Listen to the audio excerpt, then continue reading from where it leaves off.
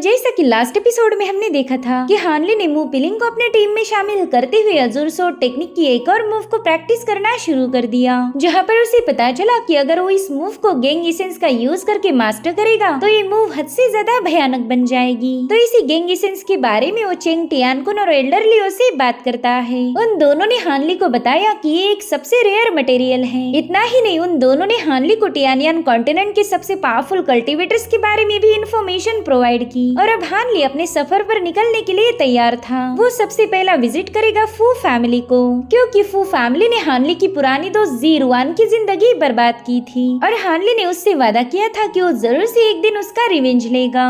अब आगे तो इस एपिसोड की शुरुआत में हमें यूनू किंगडम की जीडाओ माउंटेन का इलाका दिखाया गया, जहां पर एक इन में हम 3 कल्टीवेटर्स को देख पाते हैं। इनमें से जो एक मोटू वाला था उसका नाम है सांशियू, दूसरा वाला था लियोपिंग और उनके साथ हम देख पाते हैं ज़ैंगताई को, जो कि हानली का जिगरी दोस्त था। गाइस, ये हानली है, बस उसने ट्रांसफॉर्मेशन टेक्निक का यूज करके अपना फॉर्म बदल लिया था ताकि वो अपनी असली पहचान सबसे छुपा के रख पाए। यहाँ पर हानली अपनी डिवाइन पावर का यूज करते हुए एक वेटर के सेंसेस को चेक कर रहा था, जो देखकर उस वेटर के वहाँ से जाने के बाद सांशिया हानली से कहने लगा कि भाई हान, क्या तुम्हें उस बंदे में कोई प्रॉब्लम नजर आ रही थी जो तुम उसे ऐसा चेक कर रहे थे? जिस पर हानली जवाब देते हुए बताने लगा कि भले ये वेटर एक मॉर्टल है, मगर उसकी बॉडी में मुझे काफी अच्छी क्वालिटी की स्पिरिचुअल रूट्स महसूस हुए। भले ये बंदा कोई जीनियस नहीं है, मगर इसने कल्टीवेट किया तो शायद ही कोई ना कोई अचीवमेंट जरूर से हासिल करेगा। जो सुनकर तो दोनों बंदे काफी ज्यादा हैरान हो गए। वो कहते, वाह भाई, तुमने तो कमाल कर दिया, तुमने बिना उस बंदे को अलर्ट किए ही उसकी स्पिरिचुअल रूट्स को पहचान लिया। ये बात तो माननी पड़ेगी कि तुम्हारी डिवाइन एबिलिटी आउटस्टैंडिंग है। हम दोनों को तो लगा ही नहीं था कि तुम इतने ज्यादा टैलेंटेड होगे। जो सुनते साथ ही हानली कह रहा था, अरे नहीं, आप तो बेवजह मेरी तारीफें कर रहे हो। प्लीज आप मेरी मामूली सी कल्टीवेशन को डिवाइन एबिलिटीज का टाइटल ना दे। वो तो बस मेरे पास एक मामूली सी सीक्रेट टेक्निक है जिसका यूज करके मैंने उसकी स्पिरिचुअल रूट्स को पहचान लिया। जिस पर सांशियो कह रहा था कि मेरे ख्याल से उस बंदे ने कल्टीवेशन की जर्नी को शुरू ही नहीं करना चाहिए। जैसा कि हम तीनों को भी पता है, हमारी कल्टीवेशन की दुनिया में कमजोरों के लिए कोई जगह नहीं। अगर वो बंदा कल्टीवेशन की जर्नी की शुरुआत भी करेगा तो भी उसके पास कोई खास टैलेंट नहीं, जिसके चलते उसे बस दूसरों के हाथों बुली होना पड़ेगा। और फिर क्या, एक दिन वो बेचारा मॉर्टल एक पावरफुल बंदे का शिकार बनेगा। इससे अच्छा तो उसने बस यहाँ पर वेटर का काम करना चाहिए। यहाँ पर हानली को सांशियो की बातें जरा भी पसंद नहीं आ रही थी। हानली को लगता है कि हर किसी को कल्टीवेशन करने का अधिकार है, मगर सांशियो के हिसाब से ये दुनिया मतलबी लोगों से भरी पड़ी है। वो कह रहा था कि अब हमारा ही एग्जाम्पल लो। हम दोनों भाई जीडाओ माउंटेन इसलिए आए थे ताकि हम फू फैमिली के एंसेस्टर के बर्थडे सेलिब्रेशन का फायदा उठा पाए। इस पार्टी को अटेंड करने से हमारी कई सारे नए लोगों से जान पहचान हो सकती है। किसी के साथ अगर हमें अपना फायदा नजर आया तो हम उनका ग्रुप भी ज्वाइन कर सकते हैं। वैसे मैंने सुना था कि वहाँ पर डिमोनिक फ्लेम सेक्ट के कुछ मैसेंजर्स भी आने वाले हैं। अगर हम उनके सामने कुछ अच्छा परफॉर्म कर पाए तो शायद हम उनका सेक्ट भी ज्वाइन कर सकते हैं। वहीं पर लियोपिंग हानली से कह रहा था, मेरे भाई, तुमने मुझे बताया था कि तुम जू कंट्री से बिलोंग करते हो। मेरे ख्याल से जू कंट्री का सबसे डोमिनेटिंग सेक्ट है जू डेविल सेक्ट। इनफैक्ट हमारे जैसे कई सारे फ्री कल्टीवेटर उस सेक्ट को ज्वाइन करने के लिए कोशिश करते हैं। तो भला तुम उसके जैसे पावरफुल सेक्ट को छोड़कर इस यूनो किंगडम में क्यों आए होंगे? जिस पर हानली ने जवाब दिया कि मुझे डेविल स्पिरिट सेक्ट जरा भी पसंद नहीं। वो लोग हमेशा दूसरों को कमजोर समझते हैं। अगर मैं वहाँ पर ज्वाइनिंग के लिए कोशिश भी करता तो भी मुझे एंट्री नहीं मिलने वाली थी। जिस पर लियोपिंग कह रहा था, हाँ, तुम एकदम सही बोल रहे हो। डेविल स्पिरिट सेक्ट काफी ज्यादा एरोगेंट है, लेकिन अब तुम्हें फिक्र करने की कोई जरूरत नहीं। तुम हमारे युवान वो कंट्री आए हो तो तुम्हारा ख्याल रखना ही हम दोनों भाइयों का फर्ज है। देखो, हम दोनों तो आजाद परिंदे हैं, ना ही हमने अभी तक किसी सेक्ट को ज्वाइन किया, तो हम किसी के गुलाम नहीं। हम तो जहाँ मर्जी आए वहाँ जा सकते हैं, तो तुम भी हमारे साथ ज्वाइन हो जाओ। जो सुनकर हानली कह रहा था कि आपके ऑफर के लिए बहुत बहुत शुक्रिया, लेकिन फिलहाल मुझे आराम की जरूरत है। जिसके बाद वो इस कन्वर्सेशन को बीच में छोड़कर ही वहाँ से चला गया। अब हानली के वहाँ से जाने के बाद हमें इन दोनों के असली इरादे पता चल जाते हैं। दरअसल ये दोनों भी हानली को जरा पसंद नहीं करते थे। सांशियो ने तो सीक्रेटली बात करने के लिए वहाँ पर एक लो लेवल का टलिस्मान एक्टिवेट कर दिया ताकि वहाँ पर एक साउंड शील्ड क्रिएट होकर हानली इन दोनों की बातें सुनने न पाए। यानी कि ये दोनों अपने बाप को उल्लू बना रहे थे। सांशियो कहने लगा कि ये बंदा तो हमें बेवकूफ समझता है। उसने हमें बोला कि वो एक फ्री कल्टीवेटर है और उसे लगा कि हम उसकी बात मान जाएंगे। अब तुम ही बताओ, एक फ्री कल्टीवेटर की पास इतनी सारी स्टोरेज बैग कहाँ से आ गए? अरे वो छोड़ो, उसके पास जो सोर्ड थी ना, वो एक टॉप ग्रेड का मैजिकल आर्टिफैक्ट है। मुझे तो ऐसा लगता है कि ये बंदा कोई फ्री कल्टीवेटर ना होकर किसी छोटे मोटे सिख का डिसाइपल होगा। जिस पर लियो पिंग कह रहा था, हाँ भाई तुम्हारा अंदाजा पूरी तरह से सच है। उस हान को ये लग रहा होगा कि हम भी उसके जैसे लोअर लेवल के कल्टीवेटर्स हैं, लेकिन उसे क्या ही पता कि हम दोनों भाइयों ने अपनी रियल कल्टीवेशन को कंसील किया है। उसे तो ये लगता है कि हम फाउंडेशन बिल्डिंग की अर्ली स्टेज पर हैं, लेकिन जब हम उस पर अपनी पावर आजमाएंगे तब वो समझ जाएगा कि हम तो फाउंडेशन एस्टेब्लिशमेंट की मिडिल स्टेज के बंदे हैं। उसके जैसे मच्छर को मारना तो हमारे लिए काफी ज्यादा आसान है। बेचारे की किस्मत ही खराब थी जो कि यूनो किंगडम में आते ही उसका ट्विन डीमन से मुकाबला हुआ। सो गाइस, ये बंदे इस युआनो किंगडम में ट्विन डीमंस के नाम से बदनाम थे। लियो पिंग कह रहा था कि उस बंदे की किस्मत इतनी ज्यादा खराब है कि इस किंगडम में आते ही उसकी हमसे मुलाकात हो गई। हमने तो ऐसे हजारों लोगों को लूट कर खत्म किया होगा और अब बेचारे हान का भी नाम उस लिस्ट में शामिल हो जाएगा। ये सोचकर ही वो दोनों जोर जोर से हंसने लगे। वेल, हानली कल्टीवेट करते हुए सारी बकवास सुनते जा रहा था। साथ ही सिल्वर मून भी स्टोरेज बैग से उसे बता रही थी कि मुझे तो अब इन दोनों बंदों पर काफी ज्यादा गुस्सा आ रहा है। ऐसा लग रहा है कि एक ही मुक्के में इनका मुंह तोड़कर इनकी हंसी रोक दूं। चलो ना मास्टर, एक बार का इन दोनों का किस्सा खत्म कर देते हैं। जिस पर हानली कह रहा था, अरे नहीं, वो तो सिर्फ प्लानिंग बना रहे हैं। प्लान करने के लिए भला हम किसी की जान क्यों ले? वैसे मुझे लगा था कि इन 200 सालों में टियानियन कॉन्टिनेंट के फ्री कल्टीवेटर्स थोड़ा सा बदल गए होंगे, लेकिन पहले भी ये लोग लुटेरे थे और अब भी वैसे ही हैं। खैर, फिलहाल तो इन्होंने हम पर कोई एक्शन नहीं लिया। जब एक्शन लेंगे तब मारे जाएंगे। मुझे तो बस फू फैमिली के बारे में प्लानिंग बनानी होगी। जहाँ तक मैंने इन्वेस्टिगेट किया, मुझे पता चला कि फू फैमिली में 3 कोर स्टेज के कल्टीवेटर्स हैं, तो उनसे निपटना हमारे लिए कोई बड़ी बात नहीं। बस फिक्र तो इस बात की है कि उन तीनों कोर फॉर्मेशन स्टेज के कल्टीवेटर्स ने already demonic flame sect join किया है। अगर उस सेक्ट के लोगों ने इंटरफेयर किया तो शायद फू फैमिली की कुछ लोग जिंदा बच जाएंगे, और ये मैं बिल्कुल नहीं चाहता, क्योंकि अगर इसमें से एक भी बंदा जिंदा बच गया तो मैंने ज़ीरोइन से जो वादा किया था वो अधूरा रह जाएगा। अब अगले दिन ये लोग पर्पल डाउ माउंटेन पर पहुँच गए। वो दोनों बंदे हानली को बता रहे थे कि यहाँ पर पॉइजनस मिस्ट फैली हुई है। अगर कोई मॉर्टल गलती से भी इस माउंटेन पर घुस जाए तो बड़ी आसानी के साथ मारा जाएगा। यहाँ के पॉइजनस मिस्ट को बस हमारे जैसे कल्टीवेटर ही झेल सकते हैं। जो सुनकर हानली कह रहा था, फिर तो ये जगह काफी ज्यादा खतरनाक है। तो सांशियो कह रहा था, हाँ बिल्कुल, दरअसल ये फू फैमिली ने सेटअप की हुई पर्पल मियाज़मा एरी है। हर साल यहाँ पर न जाने कितने सारे मॉर्टल्स आकर मारे जाते होंगे,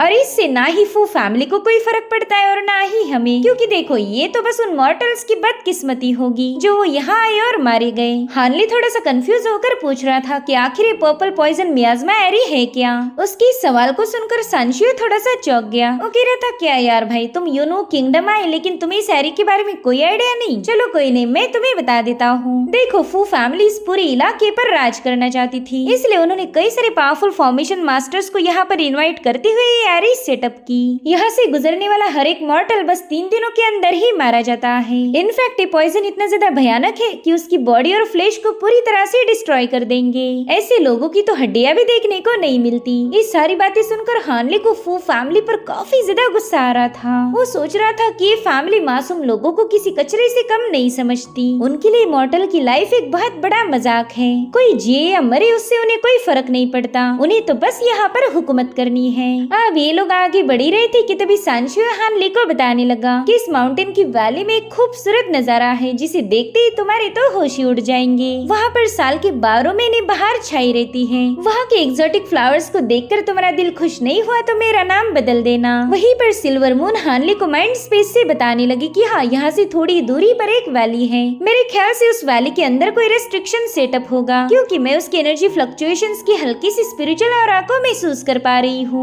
मेरे ख्याल से ये लोग आपको वहाँ ले जाकर मारने की प्लानिंग बना रहे। ये बात तो माननी पड़ेगी कि इन दोनों ने यहाँ आने से पहले ही काफी अच्छा होमवर्क किया है। जिस पर हानली कह रहा था, अरे यार, वो वैली तो यहाँ से काफी ज्यादा दूर है, वहाँ तक पहुँचने में तो शाम हो जाएगी। खैर, मैं भी ये नौटंकी कर करके थक चुका हूँ, तो क्यों ना मैं सीधा इन्हें कन्फ्रंट करूँ। जिसके बाद हानली कहता है, तुम दोनों जरा गौर से सुनो। मेरे ख्याल से यहाँ का भी नजारा काफी ज्यादा खूबसूरत है। मेरे ख्याल से इलाका भी सेक्लूडेड होगा। मुझे नहीं लगता कोई यहाँ पर आने वाला है, तो मेरे ख्याल से ये जगह किसी भी क्राइम को अंजाम देने के लिए परफेक्ट होगी। अगर हम यहाँ पर किसी को खत्म खत्म करने की प्लानिंग भी बनाए तो भी हमें कोई डिस्टर्ब नहीं करने वाला। साथ ही एविडेंस को मिटा दो तो किसी को कानो कान खबर नहीं लगेगी। उसकी बातें सुनकर लियोपिंग थोड़ा सा कंफ्यूज हो गया। वो कह रहा था ब्रदर हान शायद तुम्हें कोई मिसअंडरस्टैंडिंग हुई, भला हम तुम्हारे साथ गलत क्यों करेंगे। वहीं पर सांशियो कह रहा था हाँ भाई हमने तो तुम्हें अपने ग्रुप में शामिल किया तो भला हम तुम्हारे साथ गलत क्यों करेंगे। अब यहाँ पर हानली अपने असली फॉर्म में आने ही वाला था कि तभी उन्हें किसी के हंसने की आवाज आई। वो डिमोनिक आवाज कह रही थी कि मैं बस थोड़ी देर के लिए सोने गई थी,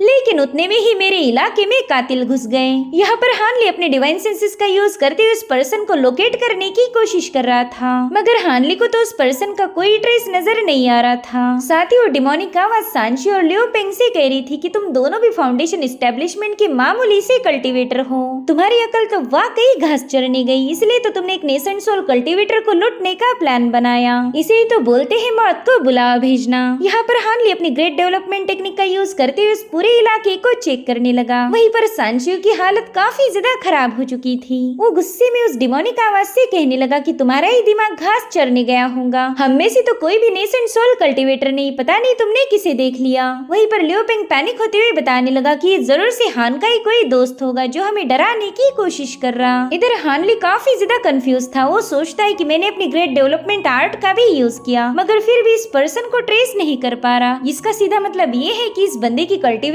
लेवल मुझसे हायर लेवल पर होगी, कहीं मेरा इनकाउंटर नेसेंट सोल के साथ तो नहीं होने वाला। यहाँ पर हानली काफी ज्यादा कंफ्यूज था और वहीं पर लियोपिंग और सांशियो हानली को ही घूरने लगे। उतने में ही वो डिमोनिक आवाज उनसे कहने लगी कि तुम दोनों की औकात तो मेरे सामने किसी कीड़े से कम नहीं है, लेकिन तुम्हारे साथ ये जो नेसेंट सोल वाला बंदा है ये मुझे काफी ज्यादा अमेजिंग लगा। अगर ये कल्टीवेशन की मिड स्टेज पर होता तो शायद मुझे ट्रेस कर लेता। खैर ये तो मुझे देख नहीं पा रहा, लेकिन मैं इसके असली फॉर्म को देख सकती हूँ। जो सुनते साथ हानली भी बिना देर के अपने असली फॉर्म में आ जाता है। यहाँ पर हानली ने बड़े ही डैशिंग अंदाज में अपने लाइटनिंग सोर्स को भी पॉइंट कर लिया था, जो देखते साथ ही इन दोनों की फटके 4 हो गई, सॉरी 8। वहीं पर वो डिमोनिक आवाज कह रही थी कि आज तुम्हारी इस ग्रैनी को काफी ज्यादा भूख लगी है, तो पहला मैं तुम दोनों का नाश्ता कर लूंगी और फिर इस नेसेंट सोल को डिनर में खाया जाएगा। ये सब सुनकर सांशियो ने तो तुरंत ही हानली के सामने अपना सर पटकना शुरू कर दिया। वो कह रहा था सीनियर प्लीज मेरी लाइफ बख्श दीजिए, मैं कभी किसी के साथ पंगे नहीं करूंगा।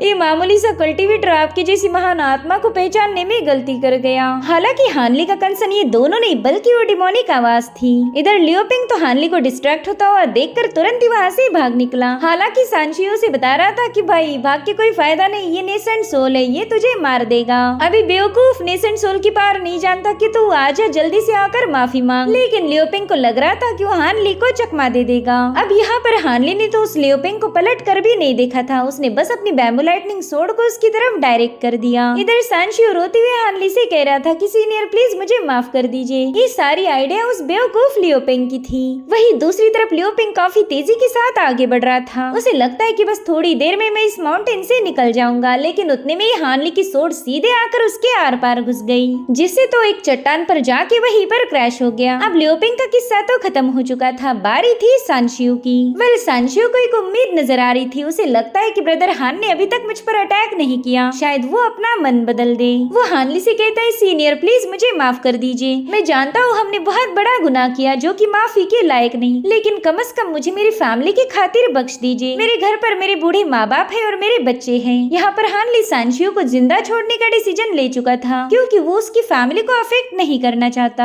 इतना ही नहीं हानली को पूरा यकीन था कि इस इंसिडेंट के बाद सांशियो कभी किसी और का फायदा उठाने की जरूरत नहीं दिखाएगा। उतने में वो डिमोनिक आवाज उससे कह रही थी कि तुम तो बेवजह इस नेसेंट सोल के सामने रहम की भीख मांग रहे हो। भले ये बंदा तुम्हें जिंदा छोड़ दे, लेकिन मेरे लिए तो तुम एक सप्लीमेंट हो। तुम्हारी प्रिमोर्डियल स्पिरिट को खाने के बाद मुझ में थोड़ी सी एनर्जी आएगी। उतने में ही हम देख पाते हैं कि हानली को यहाँ पर कुछ ऑरा के ट्रेसेस नजर आ रहे हैं, मगर अभी तक हानली उस बंदी को लोकेट नहीं कर पाया था। तो यहाँ पर हानली ने डिसाइड किया कि वो इस बंदी के साथ थोड़ी सी चालबाजी करेगा। वो कहते हैं चलो नौटंकी दिखाना बंद करके चुपचाप से सामने आ जाओ, अगर नहीं आओगी फिर मैं तुम्हें घसीटती हुई अपने सामने पेश करूंगा।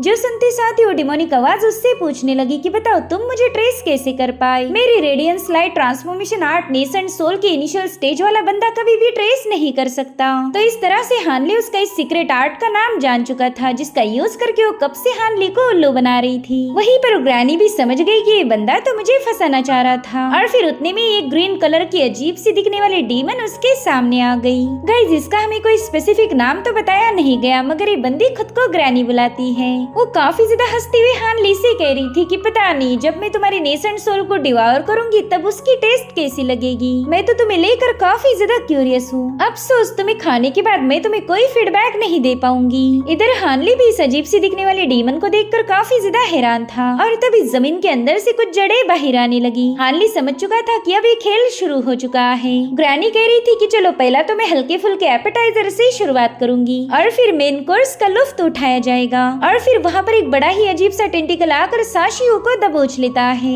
बिल ये चीज इतनी ज्यादा भयानक थी कि सांशियो को एक ही पल में खत्म करते हुए उसकी प्रिमोर्डियल स्पिरिट कोर को बाहर निकाल चुकी है। उसे निकलने के बाद तो ग्रैनी को थोड़ा सा मजा आ गया। ये सब देख हानली कह रहा था कि तुम तो प्रिमोर्डियल स्पिरिट को डिवावर करके अपनी कल्टीवेशन को इनहांस कर रही हो। चलो जल्दी बताओ तुम हो कौन, मैं तुम पर ज्यादा टाइम बर्बाद नहीं करना चाहता। जो सुनकर ग्रैनी जोर जोर से हंसने लगी। वो कह रही थी पता नहीं तुम इतने बेसब्र क्यों हो रहे हो, वैसे भी तुम्हें खाने के बाद मैं कौन हूँ इसका तुम्हें पता चल जाएगा, तो फिर बेवजह इतनी जल्दी मत करो। वैसे काफी देर से एक सवाल मेरे दिमाग में घूम रहा, तुम हो एक नेसेंट सोल स्टेज के कल्टीवेटर और मैंने आज तक कभी किसी नेसेंट सोल को नहीं खाया। पता नहीं तुम्हें खाने के बाद उसका मुझ पर कैसा असर होगा। ऐसा भी हो सकता है कि मैं इमीडिएटली ब्रेक थ्रू कर लूं। जिसके बाद वो अपनी वुड एट्रीब्यूट का यूज करते हुए हानली पर कई सारी जड़ों से हमले करने लगी। साथ ही साथ उन जड़ों पर खिलने वाले डेमोनिक फ्लावर भी हानली को निगलने के लिए तैयार थे। तो हानली फटाफट से अपनी बैम्बू लाइटनिंग सोड का यूज करते हुए तुरंत ही उन फ्लावर्स पर अटैक करने लगा। उसने तो जगह जगह पर अपनी सोड पियर्स कर दी थी। वेल यहाँ पर ग्रैनी अपनी पूरी ताकत का यूज करते हुए हानली की तलवारों को हटाना चाहती थी, लेकिन तभी बैम्बू लाइटनिंग सोड्स आपस में इमर्ज होते हुए कुछ हेवी सोड्स फॉर्म हो जाती है जो कि सीधा ग्रैनी पर अटैक करने के लिए पहुंच चुकी थी। लेकिन गाइस ये ग्रैनी कुछ कम नहीं, इसने तो हानली की तलवार को घुमाते हुए दूसरी लाइटनिंग सोड पर दे मारा, जिससे वहाँ पर तो लाइटनिंग एनर्जी का एक बहुत बड़ा ब्लास्ट हो गया। ये सब देखकर हानली को इस डीमन पर गुस्सा आ रहा था। अब यहाँ पर ग्रैनी उस पर सेकंड अटैक कर पाई इससे पहले हानली ने अपनी सोड से दोबारा से उस पर हमला कर दिया। चारों ओर से वो तलवारें उसे पियर्स कर रही थी, मगर उस बंदी ने एक ही झटके में उन सभी को साइड में हटा दिया। साथ ही साथ यहाँ पर ग्रैनी ने अपनी पावर्स का यूज करते हुए लाखों करोड़ों फ्लावर की पेटल्स समन कर ली थी, जिसके कई सारे स्ट्रीम्स क्रिएट होकर हानली को चारों ओर से घेरने लगे। यहाँ पर हानली की लाइटनिंग सोर्स उसे प्रोटेक्ट करने के लिए काफी तेजी के साथ स्पिन होने लगी। साथ ही हानली ने नोटिस किया कि पेटल्स इतनी जल्दी ट्रांसफॉर्म हो रहे थे कि मानो इनमें कोई जान हो।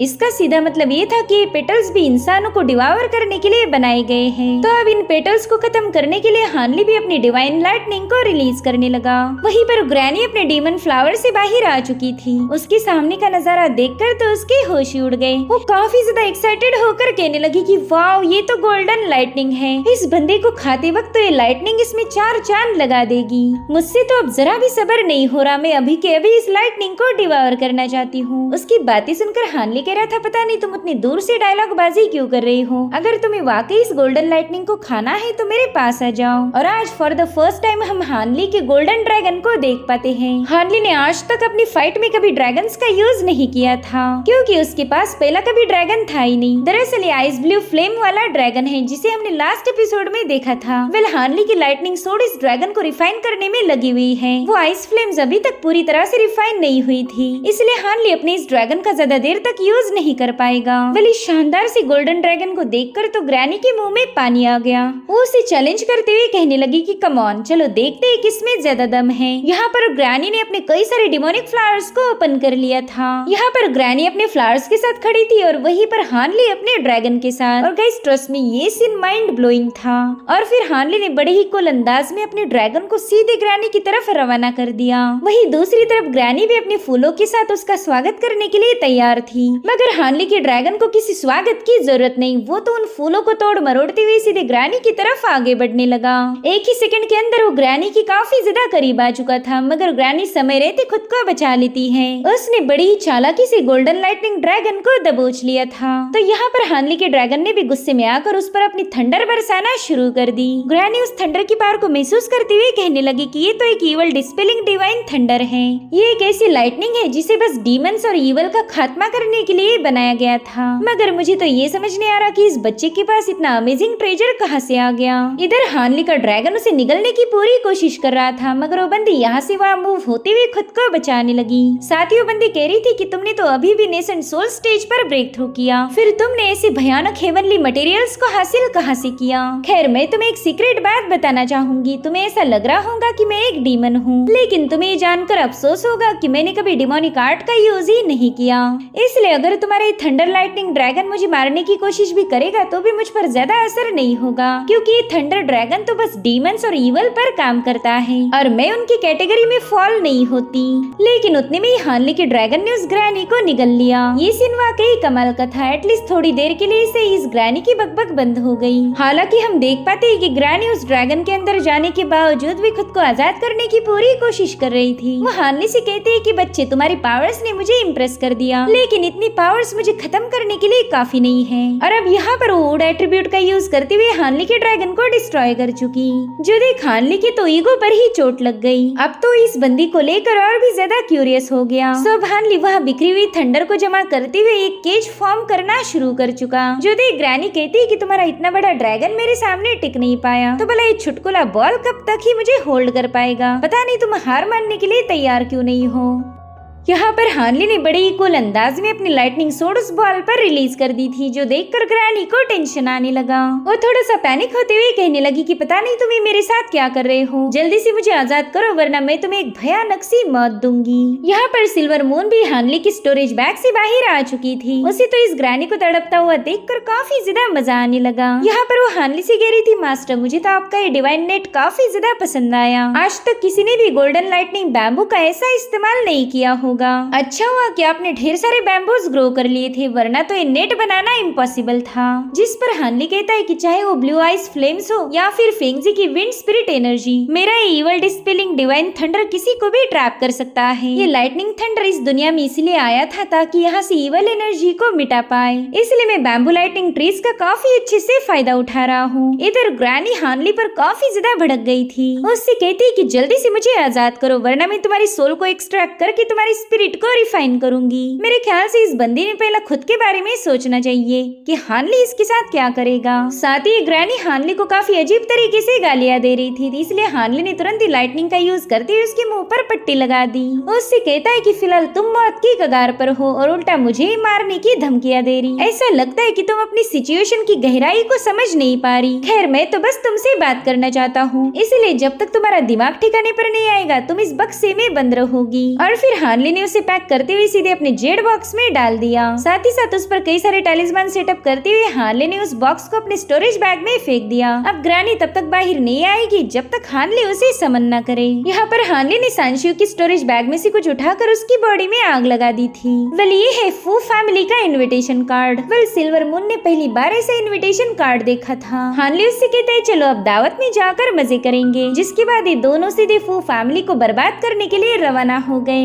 अब ये सीन यही पर कट होकर हमें एक भयानक इलाका दिखाया गया, जहाँ पर एक अंडरग्राउंड केव में एक अल्टर मौजूद था। इस अल्टर पर एक ऑरा रिफ्लेक्ट हो रही थी, लेकिन अचानक से वो डिसअपियर हो गई। जो देखते साथ ही हमें इस केव के मास्टर की आवाज आने लगी। वो काफी ज्यादा गुस्से में कह रहा था कि ऑरा तो डिसअपियर हो गई। अपने मास्टर की आवाज सुनते ही एक बंदी तुरंत ही वहाँ पर पहुँच जाती है। इसका नाम था जोंगलिन और जोंगलिन कोर फॉर्मेशन स्टेज की कल्टीवेटर है। वो मास्टर जोंगलिन से बता रहा था कि यूनो किंगडम में हमारे जितने भी डिसाइपल फैले हैं उन तक एक खबर भिजवाओ। उन्हें 3 महीनों के अंदर कुछ भी करके सुप्रीम वुड स्पिरिट इन्फेंट को ढूंढना ही होगा। वो इन्फेंट यहाँ से भाग निकला था। अगर तुम लोग इस मिशन में फेल हो गए तो मैं चाहता हूँ कि 3 महीनों के बाद तुम खुद ही खुद की जान ले लो, क्योंकि मेरे हत्थे पड़ोगे तो फिर बड़ी बुरी मौत मारा जाएगा। यहाँ पर हम एक सेंटीपीड को देख पाते हैं, जो कि मेरे ख्याल से इस केव का मास्टर है। वेल इसका ह्यूमन फॉर्म तो फिलहाल हमें दिखाया नहीं गया, मगर ये बंदी इससे काफी ज्यादा डरी हुई थी। वो सेंटीपीड से बता रहा था कि तुम्हें मिशन पूरा करते हुए काफी ज्यादा केयरफुल रहना होगा। दूसरे सेक्ट्स को इसकी कानो कान खबर नहीं लगनी चाहिए। तो जोंगलिन अपने मास्टर को तसल्ली देने लगी कि एल्डर डोंगमिंग आप बिल्कुल फिक्र मत कीजिए,